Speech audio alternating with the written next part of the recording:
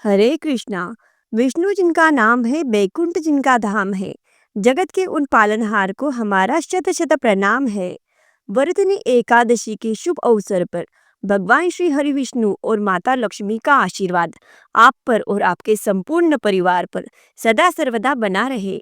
आप सभी भक्तों को वरुतनी एकादशी की हार्दिक शुभकामनाएं। वरुतनी एकादशी वैशाख मास के कृष्ण पक्ष की एकादशी को कहते हैं।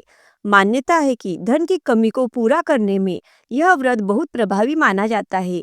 वरुतनी एकादशी के दिन भगवान विष्णु के वराह रूप की पूजा की जाती है।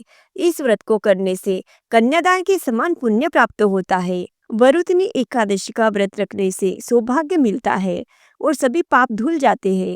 ऐसा माना जाता है कि भगवान विष्णु की कृपा से मोक्ष मिलता है।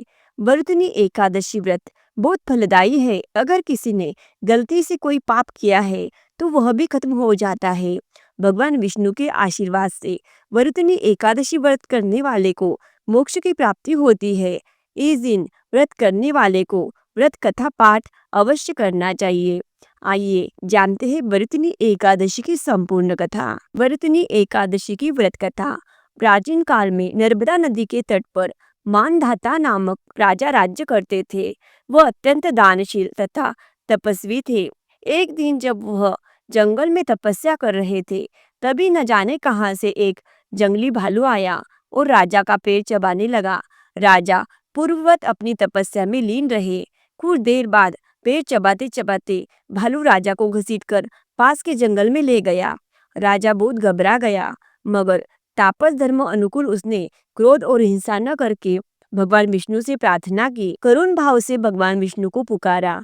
उसकी पुकार सुनकर भगवान श्री हरि विष्णु प्रकट हुए और उन्होंने चक्र से भालू को मार डाला। राजा का पैर भालू पहले ही खा चुका था। इससे राजा बहुत शोकाकुल हुए। उन्हें दुखी देखकर भगवान विष्णु बोले, हे वत्स, शोक मत करो। तुम मथुरा जाओ और वरुतनी एकादशी का व्रत रखकर मेरी वराह अवतार मूर्ति की पूजा करो। उसके प्रभाव से पुनः तुम सदृढ़ अंगों वाले हो जाओगे। इस भालू ने तुम्हें जो काटा है, यह तुम्हारे पूर्व जन्म का अपराध था। भगवान की आज्ञा मानकर राजा मानधाता ने मथुरा जाकर श्रद्धा पूर्वक वरुतनी एकादशी का व्रत किया। इसके प्रभाव से राजा शीघ्र ही पुनः सुंदर और संपूर्ण अंगों वाला हो गया। इसी एकादशी के प्रभाव से राजा मानधाता स्वर्ग को गए। यह थी वरुतनी एकादशी की व्रत कथा।